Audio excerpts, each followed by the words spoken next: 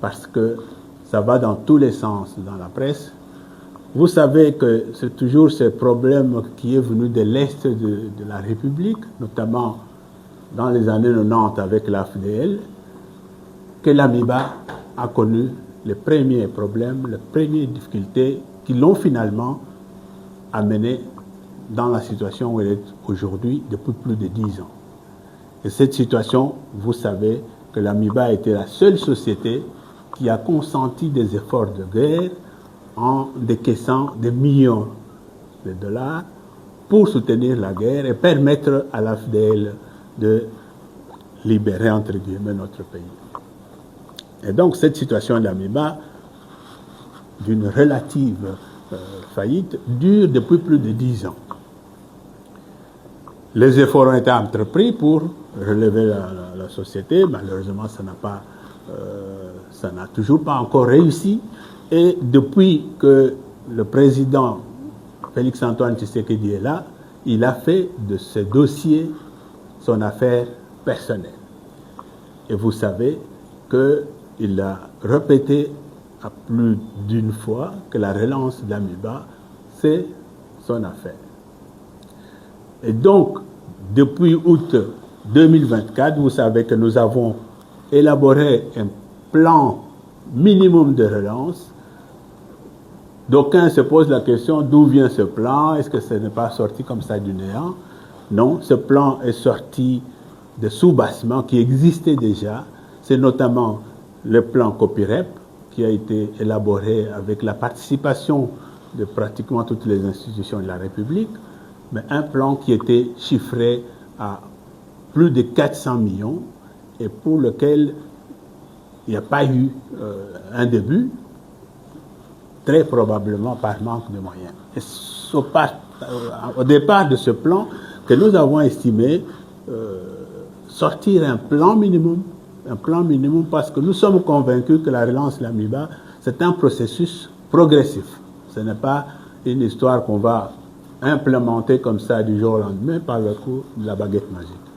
Voilà pourquoi nous avons élaboré un plan minimum de 70 millions, chiffré à 70 millions, axé sur 5 priorités et qui a été validé par le conseil d'administration, comme vous le savez, validé par le ministère de tutelle, qui est le ministère de portefeuille, présenté au conseil de ministres et validé en conseil de ministres le 23 août 2024.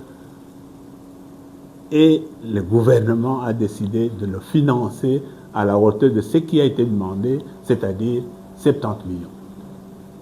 Et en décembre 2024, le chef de l'État était ici à Bonzola dans le cadre de son itinérance et a dit publiquement qu'il nous amenait un acompte de 50 millions. Malheureusement, depuis décembre 2024, ces fonds ne sont jamais arrivés dans les caisses de l'AMIBA pour plusieurs raisons, dont certaines justifiées, d'autres difficiles à expliquer parce que nous n'en possédons pas le secret. Toujours est-il que nous avons fait tout ce qu'il fallait pour que la relance devienne effective. Et au jour d'aujourd'hui, je peux vous dire que cette relance voit le bout du tunnel. Dans quel sens? Dans ce sens que les 50 millions pour lesquels on faisait déjà, on avait des inquiétudes que ça risque d'être détourné ou redirigé vers d'autres projets, ces 50 millions sont bel et bien disponibles, à la disposition de l'AMIBA.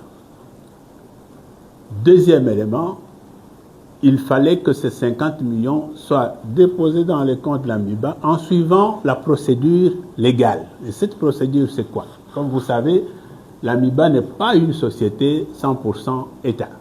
C'est une société à économie mixte dans laquelle il y a 2 actionnaires.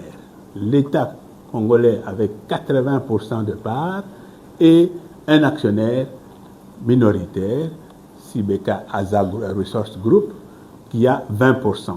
Et la procédure, les règlements intérieurs et même les règles d'ORADA veulent que dans ce genre d'organisation, si un partenaire veut apporter un apport, ça doit passer par l'Assemblée générale des actionnaires.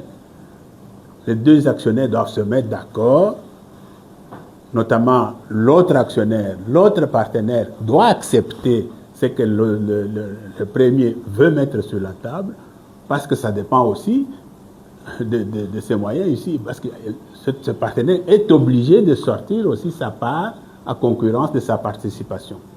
Voilà pourquoi il faut organiser une assemblée générale, acter l'apport, les deux actionnaires se mettent d'accord, celui qui apporte X montant va obliger alors à ce moment-là le partenaire d'apporter Y montant à concurrence de sa participation. Voilà pourquoi l'Assemblée générale de l'AMIBA devrait être organisée. Elle était prévue la semaine passée, elle n'a pas eu lieu, elle a été repoussée à la fin de la semaine, enfin la semaine avant, la semaine passée, l'Assemblée générale a eu lieu.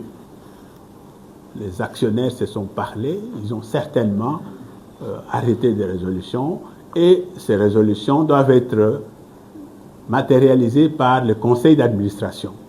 C'est comme ça que ça fonctionne. Le conseil d'administration va sur base de ces résolutions mettre tout en musique pour que finalement les parts qui doivent être destinées à relance soient mises sur la table. Cette réunion du conseil d'administration devait se tenir avant-hier ici en Bujimaï, parce que c'est le siège de la société. Malheureusement, la réunion a été reportée à la semaine prochaine parce que, raison administrative, le PV, donc le procès verbal de la réunion de l'Assemblée générale qui doit être notarié, présenté de manière tout à fait officielle au conseil d'administration, n'a pas été apprêté à temps. Voilà pourquoi cette assemblée générale n'a pas eu lieu, le conseil d'administration n'a pas eu lieu, et il aura lieu la semaine prochaine.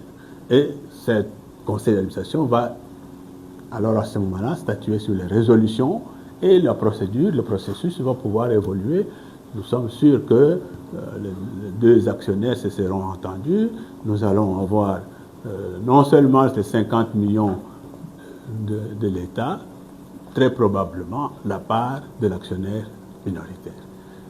Je ne peux pas commencer à spéculer sur ce que les actionnaires ont arrêté comme résolution, parce que je n'étais pas dans cette réunion. C'est une réunion entre les actionnaires, donc c'est-à-dire le représentant de l'État, qui est en général un représentant du ministère de portefeuille, et le représentant de l'actionnaire minoritaire. Et nous attendons le PV signé et notarié pour pouvoir savoir ce qui s'était dit là-bas. Voilà ce qu'il y a du dossier de la relance. Et donc, plus de crainte que les 50 millions seraient détournés, plus question de dire qu'il y aura ceci ou cela.